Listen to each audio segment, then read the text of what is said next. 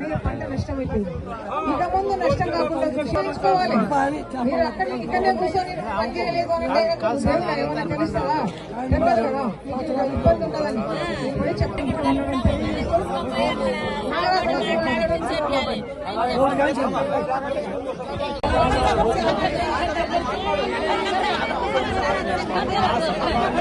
మీకు నీళ్ళు వచ్చే ఏర్పాటు చేస్తామో ఏం బాధపడ 4 సంవత్సరాలలో పనులు చేయడానికి ఆయనకు తెలుసు, మీకు తెలుసు.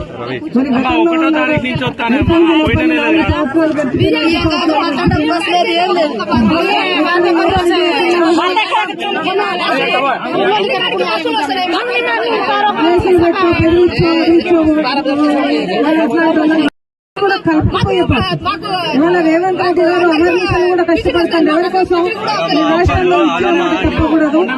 కాంగ్రెస్ పార్టీ అంటే మాట తప్పని పార్టీ కాబట్టి ఎమ్మెల్యే ఏమైనా ఉట్టిగా కూర్చోలేదు. ఇక్కడ ఎమ్మెల్యే కూడా మీకు కావాల్సిన అవసరాలన్నీ తీర్చడం కోసం హైదరాబాద్ పోతున్నారు. అందరు మినిస్టర్లను కలుస్తాడు. కలిసి అక్కడ రావాల్సిన ఫండ్ అంతా కూడా తనదే కాకుండా ఇంకా అందరినీ కూడా బతిమలాడి మన కాన్ఫరెన్సీ కోసం తీసుకొస్తుంది. మరి ఇంకా కూడా ఎప్పుడూ కూడా 100% పని జరుగుతూనే నిరంతరం ఇది జరిగే ప్రక్రియ. దీన్ని మీరందరూ కూడా ఆశీర్వదించాలి. ఇవాళ ముఖ్య కార్యక్రమం ఏంటిది? మనకు స్వరాజ్యం తీసుకొచ్చింది ఎవరు? గాంధీ. ఆ గాంధీ గారి ఆశయాలను మనం భావితరాలకు ముందు తరాలకు కూడా చెప్పాలని ఈ కార్యక్రమం. అలాగే అంబేద్కర్ రాసిన రాజ్యాంగాల్లో అందరినీ పొందుపరిచి బీసీ, ఎస్సీ, ఎస్టీ, మైనార్టీ అందరూ కూడా సుఖంగా ఉండాలి, శాంతిగా ఉండాలి. ఈ దేశం